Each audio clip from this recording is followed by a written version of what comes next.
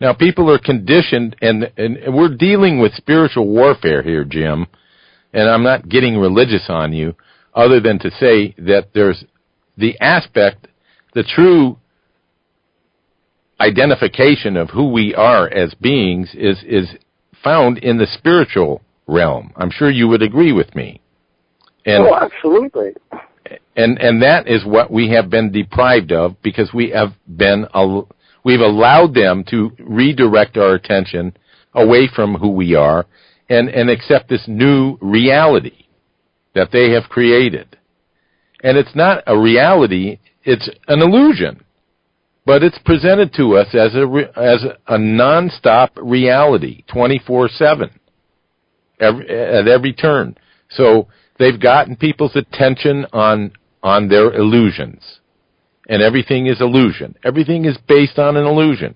How are wars created? Out of illusion. They've gotten so brazen with the wars that they don't even talk to the other side about what they're going to do. They just do it. Because their greed and their perversions have their greed has risen and their perversions have lowered commensurately compared to each other. They're the exact opposites in quantity, and yet it rules everything. It controls everything. As long as you buy into the illusions as being real. So we don't, these people we're talking about who are asleep at the wheel and don't see what's going on and don't care to see what's going on have totally succumbed to these devices that they've put on society for hundreds of years, even thousands of years. This has been going on, repeating over and over and over again. We've had societies with very advanced technologies, and they've destroyed each other. And we've been given a chance to come back here and get it right again and again. This is a spiritual issue, ultimately. Regardless of what kind of car somebody wants to buy or they have, or what kind of house they live in, or where they have their vacations, how they spend their money, how they get their money, it doesn't matter. It's all based on illusions. Well, I guess I'm just disappointed that so many people, have thrown in the towel on these issues. It kind of reminds me of something that really flabbergasted me when I was a kid. I was always gifted with the ability to produce imagery in my mind. And when I found out that Tesla could do that, I said, wow, that's great, And so I assumed that everybody does that. And I labored under that misunderstanding until I was probably halfway through my teen years, and I began talking to people about, if I'm working on an invention or a math problem or whatever, that I can just picture things in my head and work on them cerebrally. And when I'm ready, then I can reduce it to paper or produce an actual physical model or whatever. And I was blown away by the fact that 9/10 of the people that I talked to hadn't the vaguest idea what I was talking about. And so I've since realized that not everybody has the same internal workings. Even though we all look the same, there are apparently different strata of people with different gifts and different abilities. And so I shouldn't judge the rest of my fellow man by, the way I would do something when it comes to the political issue either. Because even though I don't understand exactly why people allow these things to happen, if I use myself as an example, which is not a good thing to do apparently, the confusion is just paramount because I don't believe in being bullied. And that's what these guys are. They're bullies. Mm-hmm. But they use others to carry out the enforcement of what they want done. because they're really cowards. They act like bullies, but you know. Yeah, I was going to say at another time that was an issue that came up. You notice that they never make themselves known. I mean, the real kingpins, whoever they are. Yes. They never just come right out and say, hey, you know what? We really want to take you over and treat you as sheep. They just don't have the gumption to do that. It's always by treachery and deception. Well, Jim, we got another caller here. Would you like to take another call? Sure, why not? Okay, we have General Jeremiah on the line. Welcome to Evident Footprints. How are you this evening? Hello, Don. How are you today? I'm very, very well. Yes, I can. Where are you calling from? I'm calling from a spacecraft rotating around this planet right now. I'm the commanding general of a spacecraft called the Alliance that's from the United Galactic Federation. We are monitoring your planet, and this is not a joke. Some of your listeners will probably think it's a joke, but just want to let you know that we have been listening to your show quite often, and we enjoy what we hear. I wanted to tell Jim that he has been registered as one of the scientists that we're going to contact in the near future about some projects. Now, this is not a spoof, right? This is not a spoof, no.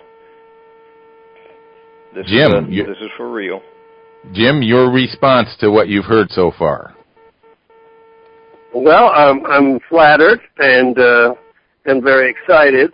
Of course, it's difficult to accept. I don't often participate in phone calls from outer space, but I'm glad you called in.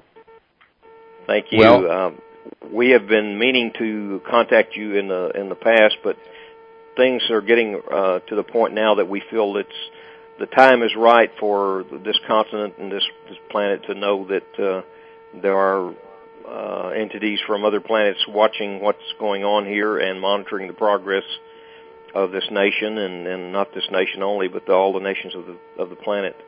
But we have listened to your conversations with Don over the past year or so, and realize that you are a scientist worthy of attention, and we would like to honor you as such, and hopefully that we'll make contact in the very near future and pull you into some of the projects that we have going on. Well, I would certainly love to participate, and I'm grateful for you singling me out for whatever reason you did so. But is it okay to ask you a question? Sure, go ahead. I've always pondered this issue. Of course, I don't know exactly what I base it on, except perhaps the common sense associated with normal evolution. But is there such a thing as the prime directive of not interfering with the development of another planet? And if there is, then do you interpret your intervention as being a violation of that prime directive? Well, the way we see it, yes, there is a prime directive. I will answer that question. Jim, we are made up of, the Alliance is made up of several people from many different planets. We have 26,000 people aboard the Spacecraft Alliance. We are in orbit in your solar system. We've been here for 32 years watching the progress of this nation and this continent. But we do not interfere in the affairs of mankind. We do assist on occasions in some situations, but we are not an interfering agency. We are made up of, our Federation is made up of 574 planets throughout this galaxy, from this galaxy, that have become religiously involved with each other. We have the same goals, the same outlook on things, and basically our alliance was started many centuries ago by people that had experience with Jesus, the person you call Jesus, visiting your planet and our planets too. Many of us of these planets accepted him as our Savior and our Lord, and we have formed an alliance around that aspect. We are a non-warring federation. We do not have wars among each other, among our continents or our planets, and we have developed a very wonderful, wonderful relationship with these 574 planets. We are gradually adding other planets to it. Earth is supposedly one of those planets that we have picked out, but unfortunately, I don't think you're quite ready for it at this time. Well, that would have been my next question anyway, General. What changes or what do we have to do in order to become worthy of entering that federation? Basically, we look for continents on a planet that are willing to give up the warmongering spirit and lay down their atomic weapons to live in peaceful alliance with not only the other nations of this planet, but also other planets that are willing to cooperate. I know you know, and Don knows that there are thousands of other planets that are monitoring the situation on this globe at the present time, but we are just one faction of those. There seems to be almost a mass invasion now at this present time of thousands and thousands of spacecraft from other parts of the galaxy that are coming here to observe what is taking place. We hope that there will be no conflicts and hope this will be a peaceful type situation, but that remains to be seen. I'd like to ask a question. You say you've been listening to the show for about a year. Actually, I've been on BBS Radio since November of 2007, but on the air totally. Next month will be 2 years. This show. Yes. What is your general opinion of the information that you hear on this show? Obviously, you know that we're doing our best to bring the truth to light and tell people what's really going on. Don, you're the only way I know how to say it is you're so on track. It's almost to the point of being unbelievable. Our intelligence network is probably the greatest in this galaxy. We monitor situations on this planet and every nation. We know what's happening inside governments and also inside private organizations. And you have opened the doors to many of these things by just your research and your knowledge. We have saluted you and said many times that we would like for you to be part of our intelligence network because it seems like you have a very good knack of finding these things. And our people, our technology and our people are so astute at this, it's unbelievable, but you fall right into that category. Well, I'm honored to hear that. I guess, so you're saying we're following the right path and to the best of our ability. Obviously, we don't have the assets to go as deep into some of these things as we could, but, it costs a lot of money to do certain types of investigation, and we use our discernment. I know this about Jim as well. Equally, we honor the gifts of the Spirit to make up for the lack of funding and all of this support. I guess do you see this show continuing along this path and trailblazing in a sense? Don, if you go any other direction, you've missed the boat.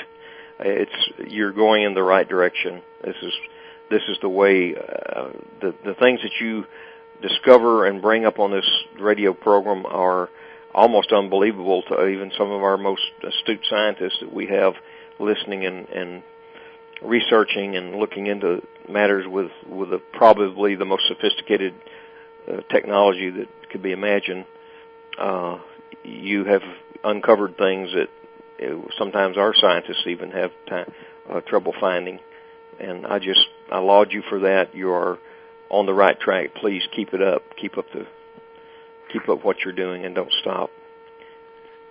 Well, I'll take that to heart. If I could ask a question, I've got some chat messages popping through, and I can't really keep up with them as fast as they're coming through here. But I think people, some of the listeners are saying that if people knew, if they had a way to verify your presence, and without the interference of these corrupt, evil governments that don't want the masses to know, if they had a way for us to know, to see your presence in a non-threatening way, would the Federation be willing to make themselves known without risking their safety? Because obviously, I would presume that it's a dangerous prospect for them to do so. Are they considering ways to do that? Let me ask it that way. Yes, we are, Don, and our presence has been seen across the planet. We have thousands of spacecraft going to and from this planet daily. Our biggest problem is the danger and security of our personnel. We have been attacked by, I won't say numerous times, thousands of times by enemy spacecraft from other civilizations that don't want us here, don't want us being involved in this, because they know that we are not trying to stop the progress of this planet, but we are trying to maybe hinder some of their progress as far as they're taking over this planet. And so that is our biggest concern. We cannot just liberally give ourselves open to the public because of that reason. I was observing and watching a friend of yours recently, and he was in a remote location. We were about to descend upon his location so he could view our spacecraft, and we were attacked by 12 spacecraft from we will call them what you call them, the Greys, and we had to defend ourselves from that. So that's one example of many thousands of different examples, and so that's why we do not make ourselves completely visible all the time. Well, I can a thought that's going through my head right at this moment is how clear your call is. This is much clearer than a call we get on a landline. so I would have to say that this call is not coming from a wire, and it's not a cell phone per se. Our communication devices are so sophisticated I cannot describe them to you, but we do hit a transmitter from in one location around the country, wherever we are at that time, and I think we're broadcasting over Texas right now.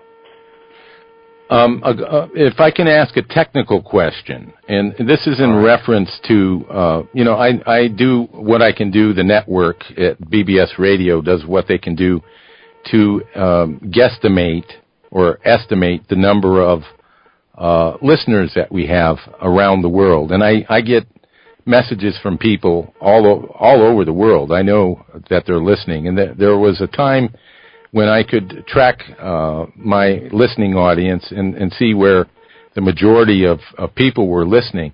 At one point on one of the Alexa services, there was a reference to 10% of my listening audience and visitors to my website were from Paraguay, which I found extremely interesting. And this was just after I released the information about the secret compound that the Bushes had bought, the 98,840 acre spread in eastern Paraguay over the world's largest, or one of the world's largest aquifers. And it was shortly after that, but it seems like it's very difficult for me to pull accurate numbers. Are you able to track or approximate the listening audience to this show around the world? Yes, we are. I haven't looked at the numbers tonight, but on occasions we've seen that you had as high as 20 million listeners at one time. I don't know if that's the case at this present time, but you are attracting a very large audience. Well, after the word gets out, not only from this planet, but from not only from this planet, but from other solar systems too. My goodness, that's humbling. Jim, do you have a thought on that? I'm humbled into silence. That's a Jim, I would say, I know you heard, Don may have told you this, but at one occasion we had two of our doctors visit you in the hospital room one night when you were having some ailments. We didn't make ourselves known because we did not want to attract attention, but I think you remember the occasion. Oh, I remember it very clearly. And by the way, I would also say that my lungs are doing pretty well right now. And so to whoever those technicians or doctors were, I would extend my thanks. I'll pass the word on to them. They're very good men. Okay, General, we have, excuse me, General, we have another question here. All right, go ahead. We've got, I don't know who this is from, but we've got a question regarding the crystal skulls. Are those of us, our scientists and inventors who are working on crystal storage devices or crystal technologies going to make any kind of breakthrough, let's say to decipher the crystal skulls, or for that matter, possible alternative energy devices? There are three scientists that I know of on your planet. One is in Australia, one in the United States, and one in Great Britain that have made breakthroughs already into that area. They're probably being stifled by their governments, but that technology will be made known, I would say, within months to you and to this station. That technology was left upon this planet by a planet that's from a very far off solar system in this galaxy, but they are really wonderful people, and they had a brilliant crews that were working this planet at that time. Our Federation was not part of that I know of at this time. Mm-hmm. Somewhat of a rhetorical question that might be answered specifically. In terms of the Federation and the I don't know if it's bylaws or the intergalactic agreements that they have with each other from each of these 574 planets that you describe. We're obviously talking about different races, people that look different, that have different roles in this mission together, yet are focused on guiding us, I would like to say, here. What needs to occur on the Earth? What can the people do to assist others in waking up? You're familiar with that topic, I'm sure, that we Yes. talk about the dumbed-down masses and the propaganda, and I'm not belittling these people in making that claim. It's obvious to those of us who are aware of these things that there are people who are totally oblivious to what is going on. What has to occur for us to ascend to a higher state of consciousness and be accepted into the Federation? The qualifications that have been made known throughout the galaxy is that we all bind ourselves together through the relationship that we have with what you call the Messiah, which we call the Messiah also, who is Jesus the Christ. He is the one that came to each one of these planets and preached his gospel. He came to different planets and presented the truth, presented his laws and doctrines and his teachings of love and care for all people. Most of these planets accepted him, accepted his teachings. He came to this planet and you crucified him and killed him. I'm not saying you, Don, but the planet did. And when this planet becomes reconciled to him and to his laws and teachings and to the basic concepts of what you call Christianity, that will be the deciding factor when this planet will be ready for inclusion into the Federation. There will be many other stipulations, of course. We are ruled by a council of 21 elders who are some of the wisest men in the galaxy. These are gentlemen that have lifespans of 500 plus years.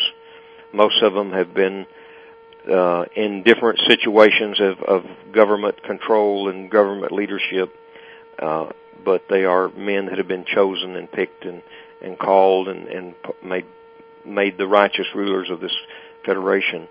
They are benevolent. They love all mankind, and they will be looking at this planet. They already have been. I've entertained 3 of those elders this week on our Alliance spacecraft, which is I said before is orbiting in your solar system.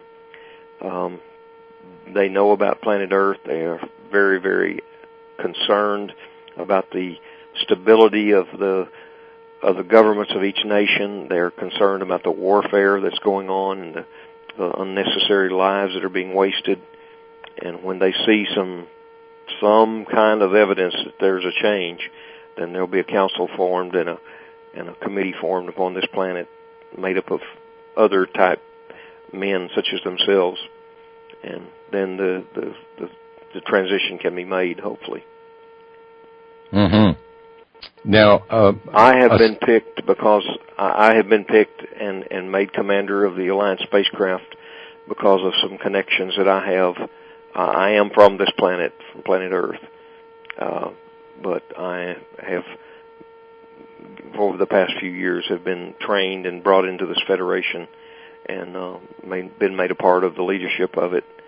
Like I told you before, the Alliance, we have 26,000 people assigned to the Alliance with thousands of spacecraft coming to and from our destination and assigned to our larger craft.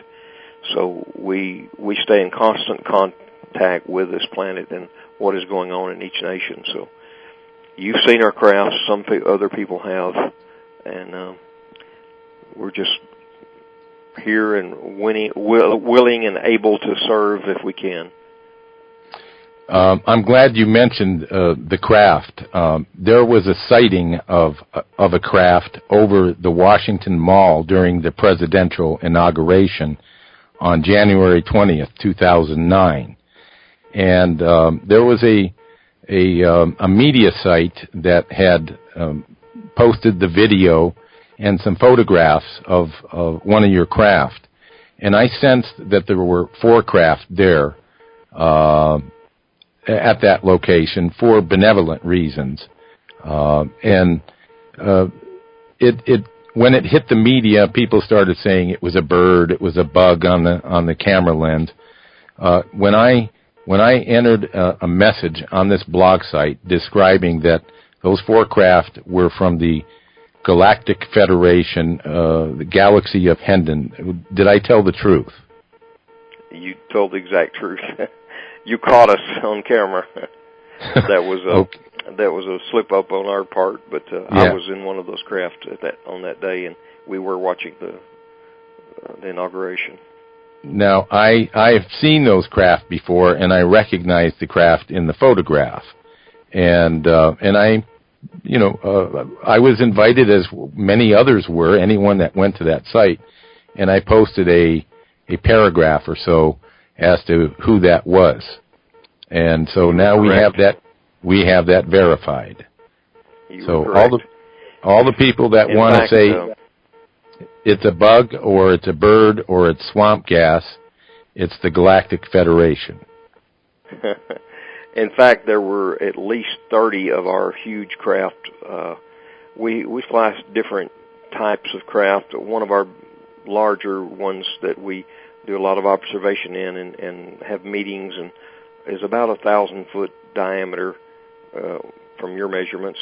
Then we have several craft that are 100-foot diameter, 60-foot diameter. Thereabouts, those different type designs and all, because we come from several different planets. But I want to mention one thing, Don. We are all human. Everybody involved in the Federation, all the 574 planets, if you went to either one, you would think you were on planet Earth because of the resemblance. A little bit of difference in skin color, eye shape maybe, but we're all basically humans. Yeah, I wouldn't have any reason to doubt that. I'm sure a lot of the stories we hear about other species may be accurate, but they're stressed and focused upon for the purpose of creating fear. Those are the monsters that we see in movies, for example. And the people have to wake up to the fact that there are trillions of planets and trillions of stars in our vicinity. We're in no way talking about the entirety of the universe. I've heard it referred to in metaphysical writings that there are 7 grand universes. It's incomprehensible how large God's creation is, and how tiny we are, how important we are, and yet we are mere specks, smaller than bacteria. I won't comment on the extent of God's creation. There is no way to describe it. We, as the members of this Federation, have the capability to travel outside of our galaxy, but we have found that when we do, we encounter races that are hostile. So we have limited most of our travel inside the galaxy. There are so many planets within this galaxy that you would never, ever be able to explore all of them in a million years. So that's how big this galaxy is. And there is life on many millions of those planets. Can many of us expect to see this in a grander sense in terms of experience? And I mean, not just witnessing crafts in the sky, but interacting with the Federation within our lifetime. That's what our plans are. Hopefully within this physical year, there will be some contacts made, and you and Jim are at the top of my list. But well, that's already occurred on the show tonight. And I would not have made myself known if that had not been the case. But I would say this is the first time this has occurred on any radio show, whether it be AM, FM, shortwave, or Internet. I would guess that's probably true. I'll tell you a short story, and I know your time is limited, but I had there's a race of people that you call reptilians. They are very bizarre-looking people. They have been hostile to most of our Federation, but we have tried to become at least be able to communicate with them and talk with them on occasions. I recently informed my staff that I would like to meet one of these people and interview him or her, and then begin to develop some kind of an understanding of what their thinking is, because we know, you know, and I know that this planet has been invaded by them for centuries. We had an occasion where we stumbled upon a craft out in the desert of New Mexico, in the wilderness of New Mexico. Apparently he had some mechanical problems, and he had landed his craft and was waiting for assistance. Unfortunately, our craft came along at the appropriate time, and we did capture this individual. We did not harm him. He was a high-ranking general in his military, too. I went to rendezvous with at a certain time to talk to this person, and we had 5 of our elders there with me, and he informed us that there are people on this galaxy and in this planet, in this galaxy, that want to cooperate with them, yet they have found it necessary to begin to take over governments of nations. And so he was very helpful in what he told us. He was a very, very astute, intelligent individual, spoke fluent English, was dressed, he looked like he was about 7 feet tall, and dressed very elegantly in a battle garment, I would say. And he began to tell us about the prophetic realm. He knew as much about religion and prophecy probably as any individual on this planet that I knew about. And he began to tell us about the prophets that even in their culture that had prophesied of the time when this planet would be brought to a knowledge of Jesus Christ as Lord and Savior. And he said, we fear that because we don't believe that. We don't want that to happen. But he said that is probably going to happen maybe within the next 30 years. So I hope he was right. But yeah, we released him. We kept him for 3 days, and then we took him back to his spacecraft and contacted his people and turned him back over to them. Did he leave a calling card that we could invite him onto this show for an interview? Unfortunately, he did not. Well, his if name he changes, his name is hard for me to pronounce, and I speak many languages of the Federation. But Gelkatre was the best I remember. General Gelkatre. Okay. Well, if he's listening to the show, that invitation's open. He might take you up on it. Okay, Jim, do you have a question? I'm sure you probably have a million of them, but before we wrap... I'm trying very hard to suppress the urge to ask technical questions, because... Feel free. I'll try to answer as much as I can. Well, the problem is once we get started on that track, there'll be no satiation for me. But I think that the things that we've been concentrating on probably take precedence, and we are very interested, Don and me, in getting the word out that humanity has to take the reins and be responsible for its own destiny if we don't want to succumb to the agendas of these individuals who want to rule the planet. And that's where we've had the focus for the last, I don't know, Don, what would you say, 6 months in the at least, shows yes. that we've been Yes. talking about, because, primarily my interests all revolve around the work of Nikola Tesla and other people of that character. And my personal interests involve, alternative energy sources and proper utilization of power and things of that sort, which I'm sure you're aware of.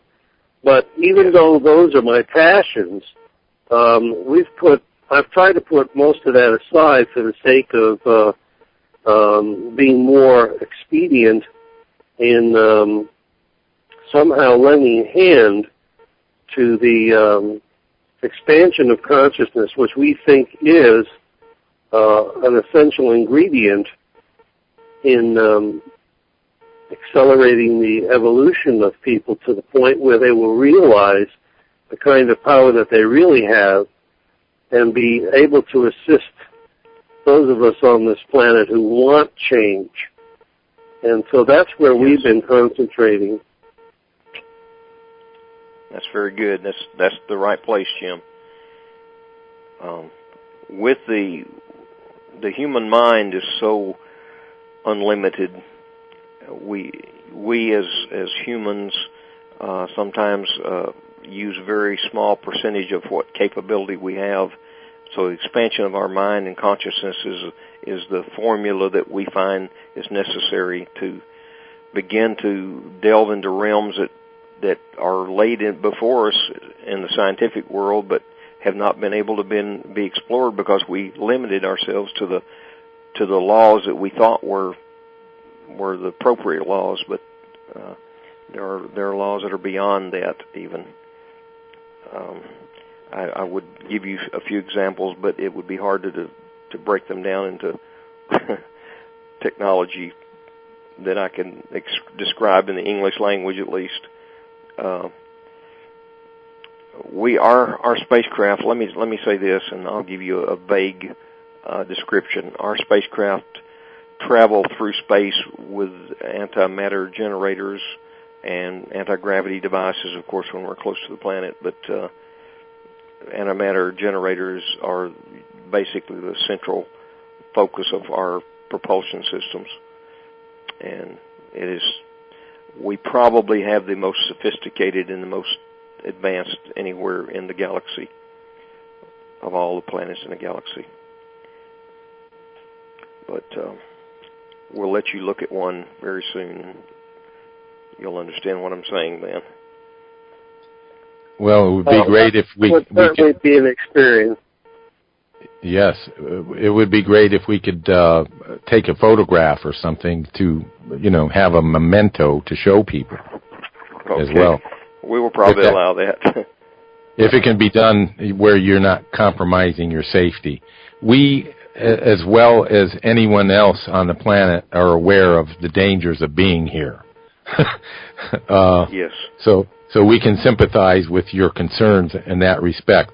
You must know that the hearts of the majority of the people are not in the same place as those that rule the planet, nor those that rule the governments. There may be some exceptions, but in general terms, what is going on in this world is leading this planet to destruction and leading this race of people called humans in this locale, in the three-dimensional construct, to its destruction. And it seems that those that are desperately hanging on to power are willing to do anything to hold on to that power, even destroy it, bring everything down with it. And so, we're going to continue on this show. Just if you can convey this to the people in the Federation, that our intent is to bring our consciousness to a full awareness of who we really are, our purpose for being alive here at this time, in this location, and the understanding of the gifts that the Creator gave us, and to bring those to a state of consciousness and full awakening. And with that will come the understanding of the insanity of war and murder and all the evil things that occur on this planet. And once we come to that collective understanding, and I think it only takes 5% of the planet to actually cause that shift to take place, then we will be ready to meet our brothers and sisters in space. Definitely. And we're drawing very close to that time now. I know that you know that this nation and other nations have black operations projects that are so far advanced that the most average humans would not even believe that they were there. And I think you have been, I've heard you mention it before, Don. There are civilizations, there are colonies on Mars already. There are many, many, many projects going on the moon right now, also on Saturn. And I won't say much more because I don't want to get all of your government people mad at me. But we're being monitored, I'm sure, by all of the agencies. But if you could only see the the amount of people that are already living on planet Mars from this planet. It's unbelievable. Well, I have. That's my problem. I have, and I risk. I know I risk the derision that comes about when one states something so far out in left field, so to speak. So diverse from the norm, and yet there are others who know this as well. So I'm not alone in that area, and I've stated it as such. I may not know everything, but I know a lot of things, and I give the glory and the credit to the God that I serve, and that's where I stand. I have to trust that God's word is true, and I don't mean God's watered down or filtered milquetoast version of the truth. Or the propagandized, politicized version. I am in direct communication with the Creator. Yes. And I don't always hear Him. I know He hears me. I'm working on my hearing in that respect. Right. Well, the basic message of Christianity, the gospel of Jesus that He preached upon this planet, and what limited amount of that information you have is accurate, and it's very, very good to know that word that we call it. So study it and know what He said and know what He did, and you'll be a whole lot closer to the truth. Okay. Well, we're honored. I know you must have more pressing things to do. Well, I took tonight. I made an announcement on the Alliance last night that those that wanted to listen, I was going to make this phone call tonight, and those that wanted to listen could listen. So I imagine we have 10,000 people from the Alliance listening to this conversation tonight. So you have fans from many places. Well, we send our greetings and our best wishes for successful and safe missions, and I can speak for Jim. I'll let Jim speak for himself, but I look forward to the day when we all meet. I hope that will be very soon, and I plan to work on that aspect of it myself. I have a crew that I'm flying with tonight who is my normal crew, and they extend their greetings to you also. Well, we reciprocate. Jim, your closing comment? Well, my closing comment, I'm most stunned of all by the fact that you've made an offer to actually meet with us. Naturally, that's if you know anything about my psyche, that's been something that I've thought about and pondered about since I was a very young lad. And so if that comes to pass, I will be not only honored, but very ecstatic, and look forward to the event with great anticipation. So do I, and the people I will bring with me will be such remarkable people, technology-wise, that you'll be definitely blessed by just being in their presence. They're very, very good people, humble, but yet very, very intelligent. And they'll be glad to share their knowledge with you. Well, that would be wonderful. Thank you so much. Well, General... Oh, go ahead. Go ahead. Well, I was just going to say, I guess I had better sign off. We are seeing, we've counted 14 reptilian or gray alien spacecraft orbiting around us while we're sitting here. Fortunately, we have about 20 craft of our own in the area. So, well, tell them, give them a shout out for us while you're at it, if you will. Okay, I shall. It's been a pleasure, a great surprise. I'm sure some people are just frozen to their seats listening to this show tonight, and the archive is going to go off the charts, I'm sure. Thank you so much for calling in, and sharing this important message with us and all this wonderful information. You have an open invitation to call into the show anytime. I will be back. I will call you again. Okay. Well, God bless you. Thank you so much, Don, for the time. All the people in the Federation. Thank you, and God bless you too, and my prayers are with you. Thank you. Thank you so much. Good night. Good night, General. Thank you. Good night, Jim. Thank you. Well, there you have it. That's a first, guaranteed. That's a first on this planet. Jim, any closing comments? Well, it's like I said, if it ever comes to pass that I can meet and study with people of that caliber, I would be immersed in ecstasy. So I'm going to be pondering upon that whole issue and the invitation that it represents, and I'll need at least a month to think about it. Okay. Well, Jim, we're going to wrap here. I'm going to say thanks to our callers tonight, Ron in Pennsylvania, Leo in Massachusetts. Leo, you work on that bumper sticker and see what you come up with. Give it a little bit of thought. I know you're searching for answers.